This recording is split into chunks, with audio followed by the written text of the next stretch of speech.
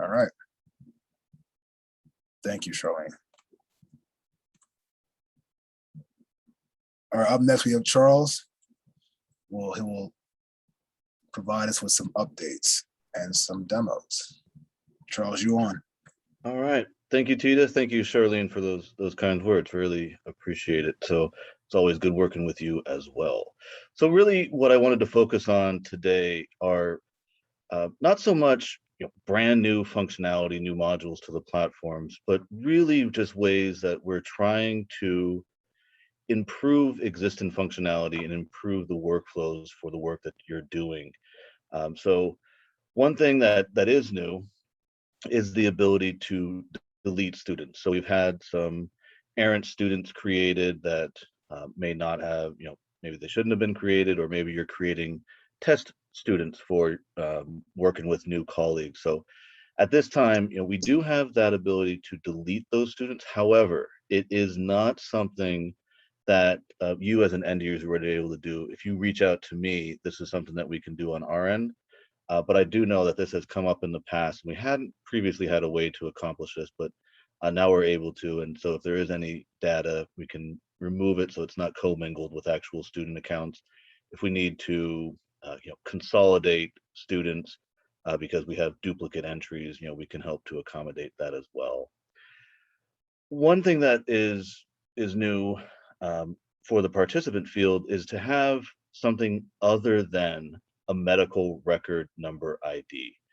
And this could be a Pennsylvania statewide assigned student ID that you might be using when you're working with school districts. That would help to be able to track these kids across different districts and agencies. It may be something that is specific to your organization, a case number, or an ID specific that you might not have used previously, because when you see an MRN, you think, okay, this is not a medical record. I don't have a medical record number. So that's something that we can update that field if you reach out to Tita and I and work with you on something that might be more appropriate for the work that you're doing with the students and more specific to your agency. Some of the more workflow improvements are, after creating participants, there's sometimes questions of, how do I add this task? Another click to go ahead, add a task, and assign the BHS, or so on. So this is something we can work with you on to develop a default list of tasks that may be assigned to every student. And in the case of the BHS, because it's validated for specific age ranges, which BHS version can be dictated by the age of that student. Somebody that is 14 and older would only get one version of the BHS. Somebody that's 13, because they have that overlap in validation, maybe they would have access to both versions.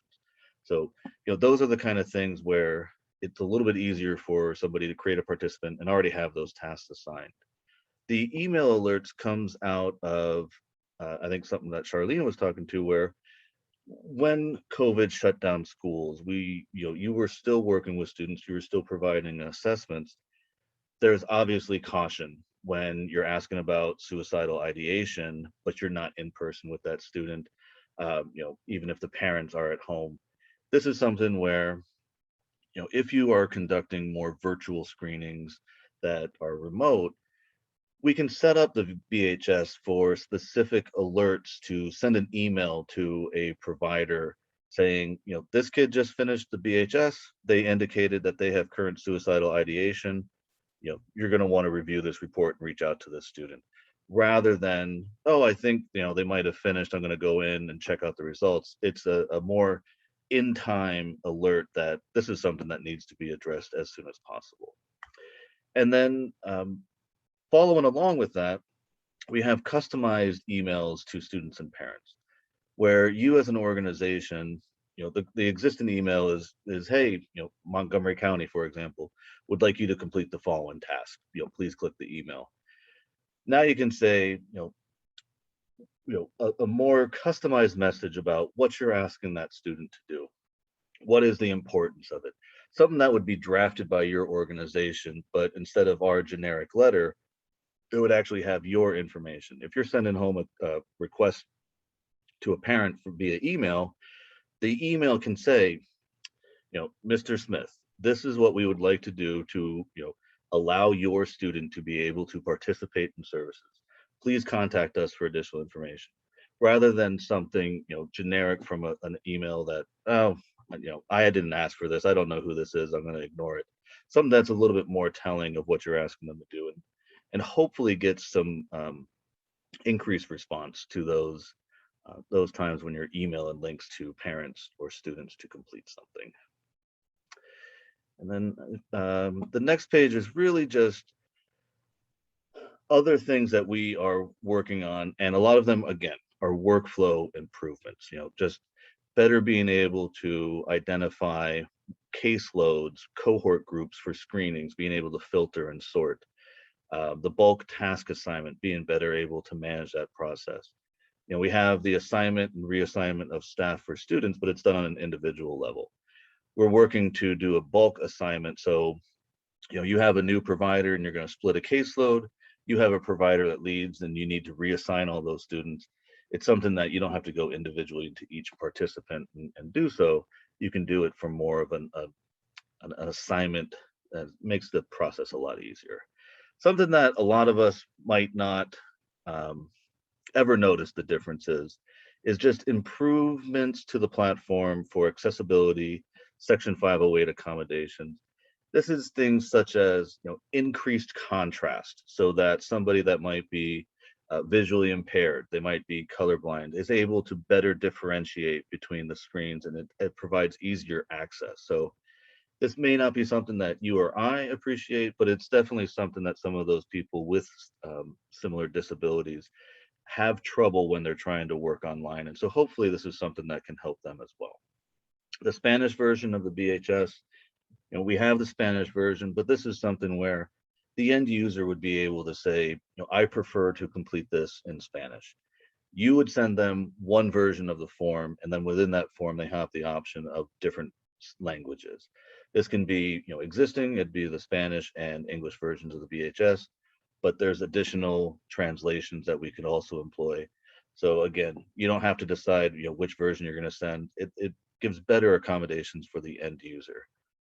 Multi-factor authentication. I'm just throwing it out there. I know a lot of people think that it is difficult and it can be time consuming to have to check your phone for, a security code.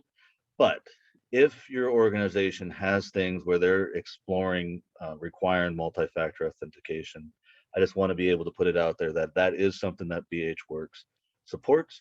It's something that we would be able to turn on for your organization. So if there is questions about something like that, we can go ahead and do so.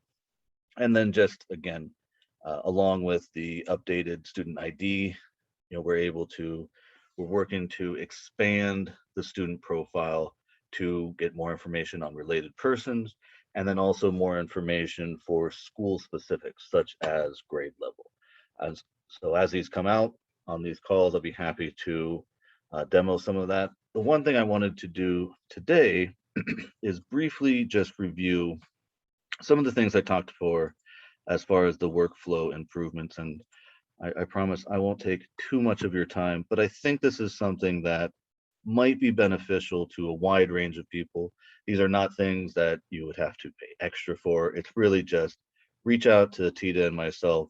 Let's work together to see what we can do to improve the system based on the existing functionality that you're already doing, and then potentially expand from there. I'm just going to log in real quick under my school demo account. And when I create a new participant, right now, we're just going to go ahead and put in first name, last name, and you can see right here, instead of an MRN, I have a PA student ID or organization specific ID. This might just be a little bit more intuitive to the provider that's creating this profile. What are we asking for here? I don't have an MRN, so I don't put in anything, but it's also, inputting that information is a great unique identifier, and it definitely helps to prevent some of those duplicate records that may have erroneously happened before. And then you can see, here's my organization, and I have some pre-assessment tasks. This is default. So every time I go ahead and create a participant, it's going to pop this up, and now I can come in and see, these are things that for every time somebody comes in, these are the items that I need to complete. Because I have somebody that is between the age of, they're 12, between 12 and 14, I get both of these assigned. If I had somebody that was 11 years old, they would only get the BHS for ages 6 to 14. So again, it's just something that might be helpful for end users. Which one do I assign? This will kind of help to guide that decision. So you're not having to go through and every time I create a new student, I have to go through and add 4 or 5 tasks for them.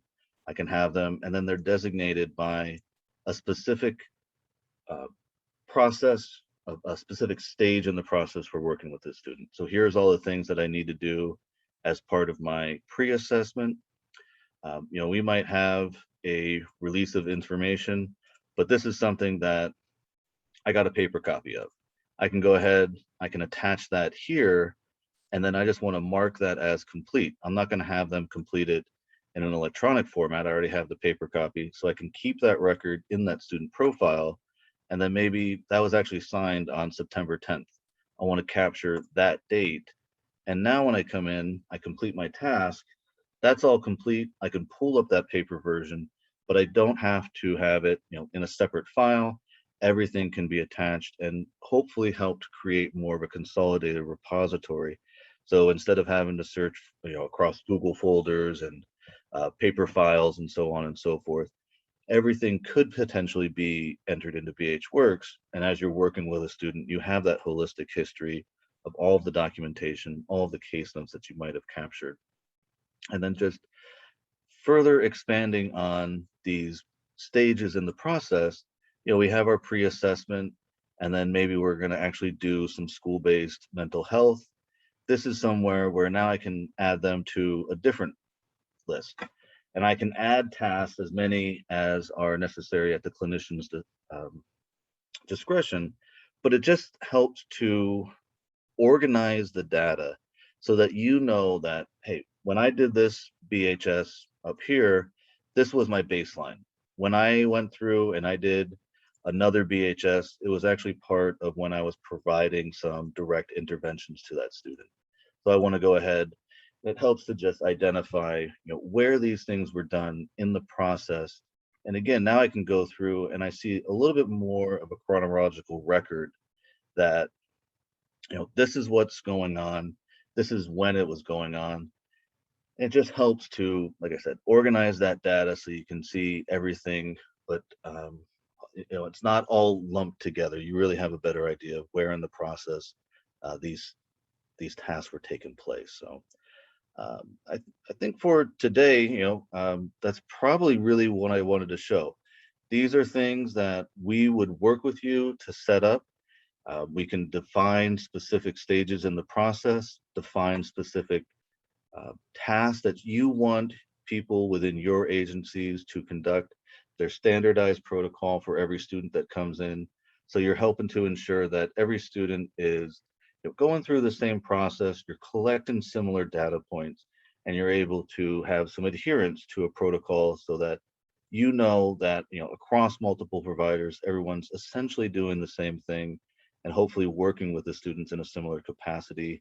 And then based on additional needs, using their provider discretion, because this platform still allows for that flexibility to actually go ahead and engage with that student for additional things that they feel is necessary for working with that student. So if anyone is interested, I'd be happy to meet and we can discuss better ways to set up the platform to help facilitate some of this, more standardized process and data organization. Thank you very much.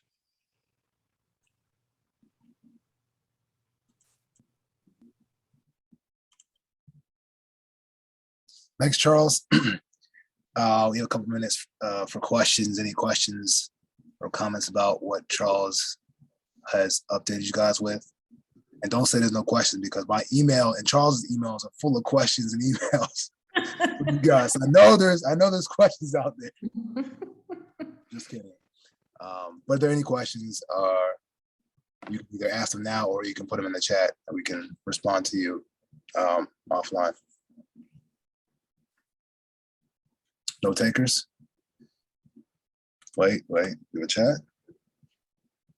Okay, all right. Share this. All right. So we'll finish out the call with some fun stuff with Marjorie and Payne, going over some of the updates to the BHC website. We have some interactive polling and discussion that might allow for. So Marjorie and Payne, you can take it over. Yep. Hi, everyone. It's Marjorie McKee. I am the Vice President of Marketing and Communications for mdlogix. And over the last several months, I've had the privilege of working with Payne on the Behavioral Health Learning Collaborative site. We are working to make this an active, vibrant, electronic community, to have it be a resource to you in between meetings. It's, you know, we all think Tita is more than one person, but he really isn't. And so we want you to get into the habit of coming here first, and not only getting answers to questions, but then also interacting with each other. You all have similarities in your processes, and it's just going to be an opportunity to learn from each other and share information. So I'm going to turn it over to Payne. She can introduce herself, and she has generated, for those of you who might not have seen the site yet, number one, shame on you, but two, now's your opportunity to sign up, and she'll walk you through that. Payne? Hi guys, I'm Payne. I work at Drexel University with Tita, and I help with the website. So I did first, we have some steps if you haven't been a part of the website, how to sign up as a member so then you can get our notifications. We have started releasing monthly news briefs that just kind of give an overview of some grant opportunities, any new research news. It'll remind you of these meetings that are coming up and anything else that we might have put on the news briefs. I'll show an example of that. Tita, can you give me permission to share my screen? Go ahead. All right, so I was just going to go through and show you guys some of the new additions to the website. So originally we just had a drop down for SAP. We have now included a universal screening page. We're going to eventually get some more groups, and we wanted to start with universal screening. So it looks very similar to the SAP page. We have, again, the BHWorks training videos, which you can always find on the website. We've also incorporated another data page to show some trends for universal screening, just similar to the SAP page. So you can find it under outcomes, and it'll be in this dropdown. We're working to add more data to this. We wanted to release the new page so everyone can see it. And then finally, since we've added a lot to the blog, if you go to news and events, we have, it'll always tell you when the new call is on, but we've also broken down the news into case studies. So you'll see case studies for universal screening and SAP, which our newest one is with Hempfield School District. Research news, anything new going on with BHWorks. We have posted a video of Dr. Guy Diamond talking about BHWorks. And then finally, we have grant opportunities. So every so often I'll post new grant opportunities that could be useful to anyone in this group. And I'll usually include the due date and then a snippet of the grant and a link to the actual NIH grant page. So those are the updates. And then an example of a news brief. So this is what was sent out in our email in September. So like I said, it includes a link to the newest call, grant opportunities, case study, and then whatever research news we might be posting. So this was a video that I just mentioned. So to make sure that you guys are getting that, you want to go to this login button right here, which is the steps Tita put up. And if you click sign up, then you can make sure that you're a member, and then you will start getting the news briefs and any other updates. So that's the updates for the website. Are there any questions about that? I'm just going to say a big thank you to Payne. I believe that funding, she is sifting through those funding opportunities, saving all of you a lot of time. And now you can go to the website and see the deadlines, see what's available. She has eliminated that step for you, which I think is awesome. And we are sharing that with the other behavioral health learning cooperatives in Michigan and Kansas when it's a national opportunity. So what we want now and in the coming months as we have our meetings is for you to think about, you know, how you want this electronic community to serve you. What information do you want to see here that you might not be seeing? But we also want you to contribute to it. So, you know, as Payne and Tita have worked on the universal screening component, if you have new data to share, if you see an article that you think others would learn from, that's important to make this site come alive and be more than just some information being posted. And so if you see a video, you know, just notify either myself or Payne, and, you know, we'll either put it in the news briefs, we'll figure out a way in which to share it. So that's what we would like to have you do. And are we asking a couple questions, Payne? Yeah, so I'm going to stop sharing my screen for now. We are going to post a link to two Mentimeter questions, which is just going to gauge your interest in what you would want to see both on the website and in these meetings. So I'm going to post a link and then I will share my screen so we can see the responses.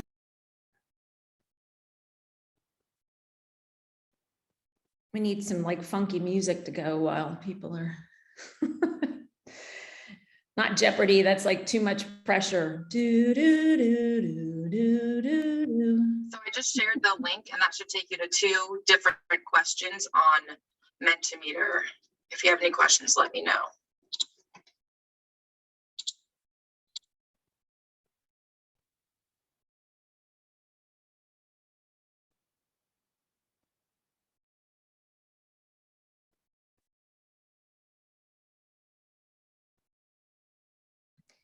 So Payne, you want to share your screen so as it come up, you can start seeing. Yeah, so this is just going to start coming up with everybody's different things. And then I will also switch to the other question after we see some of this first one.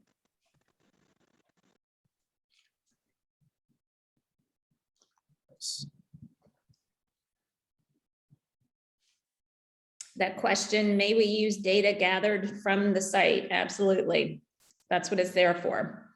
And then also, if you have, for example, education items that, you know, maybe something that you disseminate to parents that you find has been extremely helpful, we could share that. Let's see, current trends in drug abuse use in teens. Marjorie, let me just punctuate the question about, can we use data from other sites? Gathered from the site. We are in the process of creating a public access data portal. So all the BHWorks data from multiple projects, emergency room, Michigan, Pennsylvania, SAP, would be available for people to use. So if people are in graduate school or looking to do some academic work or want to write a paper or have to do a dissertation, the goal is that that our group would help support that activity, if that's what that question was alluding to. Mm-hmm. Yeah, I think so. And yes, that's exciting, that expansion. I'm going to go ahead and go to the second question since it seems like we've stopped with this one.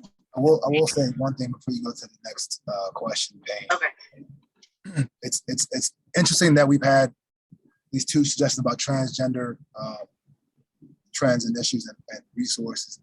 That's been one of the things that we've seen since we've increased the answer choices, and we actually have another iteration where we're going to expand those gender identity questions even further. But just from the data we've gotten thus far, since we've increased those, the ability to identify as transgender, it's been very interesting looking at those results. So we will be expanding those gender identity responses, and you should have even more specificity in what you're going to get from those questions. And I see in the chat, Brandy Sheeler is saying she's looking for a dissertation topic. Talk to Guy. Guy will put together a topic for you real fast. I'm on it. I'm already talking to her on the chat. Going, we're buddies already. Yeah, she's like, hook me up, Guy. All right. So, I know there's definitely some research coming up that we can share with in regards to that. Yeah, we can definitely put that on the website too. But, Yeah, I know I've shared at least one article, but I know there's some more that I can share. okay. well, I want to thank you for these suggestions, and we will cover them in some form or fashion. What I will say is if you yourself feel comfortable to write an article on those topics and want to share that with the group, we would, appreciate that as well. And so you can always, again, contact either me or Payne, and we'll give you a schedule. It doesn't have to be, a very long article, just something that is, fairly new in the arena and guidance for your colleagues. Are there any more responses to the topics covered in these meetings?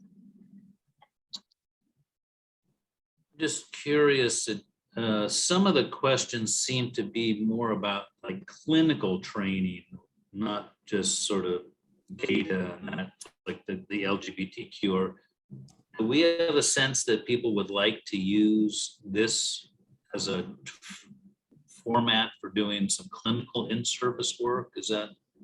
Have we ever asked that before, Payne or Tita? Or I thought we brought I that don't think so. some other As far point. as the presentation, you mean? Yeah, like having someone come and do a talk on, assessment or counseling with LGBTQ patients, or languaging, maybe related, how do you do an interview? What's the right language one uses with that community? Or I don't know if that's. All right, well, we can get that right now. Hold on one second. Let's stop the sharing real quick. Let's utilize the Zoom features. If you're interested in having what Guy described, having a presentation, some clinical presentations brought to the meeting, just put up your hand via the Zoom annotations, and we see some hands, and we'll add that to the docket. If you don't know how to use that, then we're out of luck. Call a teenager. I mean, I'm saying that too, but I don't even know how to use it myself. They added a lot of features over the pandemic. All right, so I do see some thumbs up, so we will, maybe we'll broach a couple. Well, we can think about it. We did the family engagement talk, for instance, one time. That was more clinical in service. And maybe what we'll do is a separate sort of survey to the group outside the call. If you were interested in more clinical training opportunities, give us some topics, and then we could come back to the group next time and show them what the groups. I mean, I know you guys have access to, I'm assuming, all kinds of training opportunities in different venues, and this may not be that may not be why you come here. So, we're just interested in your feedback. We can do a lot more training. And in fact, GLS, GLS is about to launch our suicide risk management training series. I think, Tita, it starts in October, so that we should make sure this group knows about it. If you've come to it, you could share it with your teams at home or your agency. There's a kind of a series of 5 lectures given by the GLS team about different aspects of suicide risk management that always are very helpful. So those are free lunchtime kind of talks coming up. Yeah, so we could definitely do something like that, and we could maybe set out a poll between this and next call, and we could update you on what some of the things that are brought up.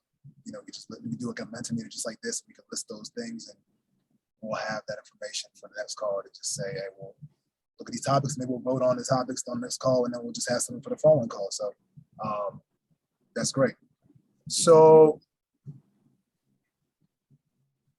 well, we can end a little bit early today if there's no additional comments or questions. I don't see anything in the chat per se, but if there's any you know, last minute questions or comments, we can take those now. As Payne and Marjorie said, we're looking forward to your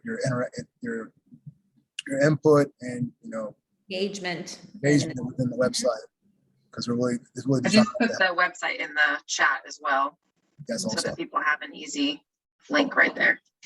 and I did get some additional members in from the email I said yesterday. So, you know, continue to, you know, if you haven't already logged, you know, signed up, so you can be a member and then get these news briefs. I mean, Payne's done a really good job at putting those together, and this gives you, you know, a little bit of a quick update between these calls of things that are going on. So, you know, hopefully you find those helpful, and we'll continue to do those monthly beginning of the month. I'm just checking. Payne, did you have a second question or no? Well, the other question, there was only 3 responses. Got it. Okay. Yeah. Okay. And I just have to say, I like guys' eyeglasses. Yep. I'm digging them. So our next call is October the 20th, 1 to 2, of course, again. And you know, I've already sent out, like, you know, the reoccurring calendar invites before. If you're new to call, you may not have gotten them. Just, you know, you could put them in your calendar yourself. It's the 3rd Wednesday of every month at 1 to 2. So if you don't have, you know, Outlook, or you want to manually do that, you can go ahead and do that yourself. But that's our next call. So once again, thank you. Information again, if you need it. I'm sure I'll have a lot of emails after this call. Thank you, and we'll see you next month. Thanks, everyone. Good luck with the new Thank you. school year. Hope it goes well for everybody.